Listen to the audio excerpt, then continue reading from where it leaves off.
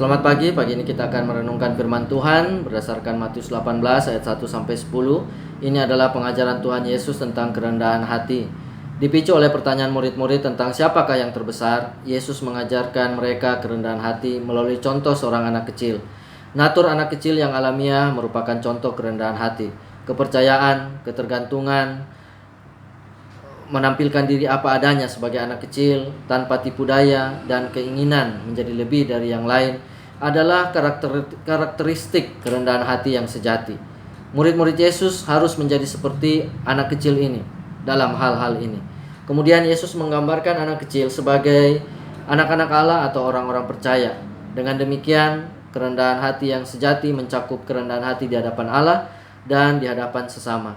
Para murid harus rendah hati di hadapan Allah dengan mengakui kebutuhan, ketergantungan, dan kepercayaan mereka sepenuhnya untuk dapat masuk ke dalam kerajaan sorga. Demikian juga mereka harus rendah hati di hadapan sesamanya dengan merendahkan diri seperti anak kecil yang siap melayani sesamanya. Hanya yang siap merendahkan diri dapat menjadi hamba yang siap melayani orang lain.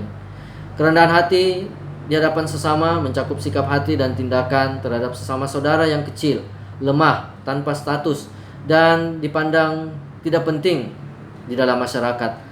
Pertama, kesediaan untuk menyambut dan melayani mereka, sebab menyambut dan melayani mereka sama seperti menyambut dan melayani Yesus. Kedua, kesediaan untuk membayar harga berapapun juga, supaya tidak seorang pun daripada mereka tersandung. Ketiga, kesediaan untuk tidak memandang mereka rendah, sebaliknya mengasihi, menghargai, dan menghormati mereka. Saudara, apa yang dapat kita terapkan dari pengajaran Yesus tentang kerendahan hati ini dalam kehidupan kita? Kita sebagai murid-murid Yesus Kristus harus senantiasa memiliki kerendahan hati di hadapan Allah, dengan menyadari bahwa keselamatan yang kita miliki semata-mata adalah anugerah Allah. Kita mengakui kebobrokan rohani dan moral kita sehingga kita sungguh-sungguh tidak dapat menyelamatkan diri kita sendiri. Kita membutuhkan anugerah Allah dan menerima dengan iman karya Kristus bagi keselamatan kita. Kerendahan hati seperti ini harus senantiasa terpelihara dalam kehidupan kita, supaya kita tidak menjadi sombong lalu menyingkirkan Injil kasih karunia Allah yang telah kita terima. Kita juga tidak perlu sibuk memikirkan siapa yang menjadi terbesar dalam kerajaan sorga, sebab kadangkala inilah yang menjadi sumber perpecahan di dalam jemaat. Akarnya adalah kesombongan. Seringkali kita menilai diri kita lebih daripada yang sebenarnya, di mana ada pementingan diri dan pengabaian kepentingan orang lain. Disitulah ada konflik dan perpecahan. Bagian kita sekarang yang dikehendaki Tuhan adalah menjadi rendah hati di dalam praktek kehidupan kita sehari-hari, yang akan terwujud dalam sikap dan tindakan kita. Apakah kita cukup rendah hati untuk menyambut dan melayani sesama anggota tubuh Kristus, terutama yang kecil, lemah, tanpa status, dan dipandang tidak penting?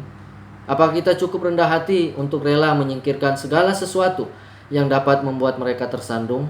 Dan apakah kita cukup rendah hati untuk mengasihi mereka, menghargai dan menghormati mereka seperti diri kita sendiri? Lalu apa hubungannya kerendahan hati dengan formasi rohani? Jika kita ingin menjadi semakin serupa dengan Yesus, maka kerendahan hati adalah kuncinya. Yesus adalah teladan segala-galanya, tetapi pertama-tama adalah teladan kerendahan hati. Inkarnasi Yesus adalah teladan kerendahan hati terbesar yang ada dalam sejarah. Ia merendahkan dirinya untuk menjadi manusia, bahkan untuk taat sampai mati di kayu salib. Untuk menjadi serupa dengan Yesus, pertama-tama kita harus rendah hati sama seperti Yesus. Kita tidak bisa datang kepada Yesus dengan kesombongan, tapi kita datang kepadanya dengan pengakuan akan keberdosaan kita. Kita tanggalkan dan kosongkan diri kita dari harga diri dan perasaan diri benar.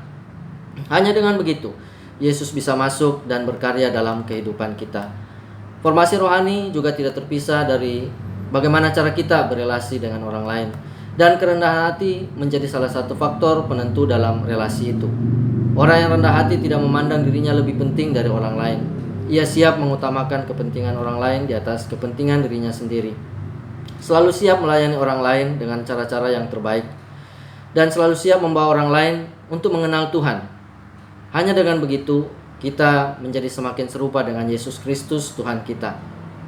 Pertanyaannya bagi kita sekarang, apakah kita siap untuk menjadi rendah hati? Amin. Tuhan Yesus memberkati kita.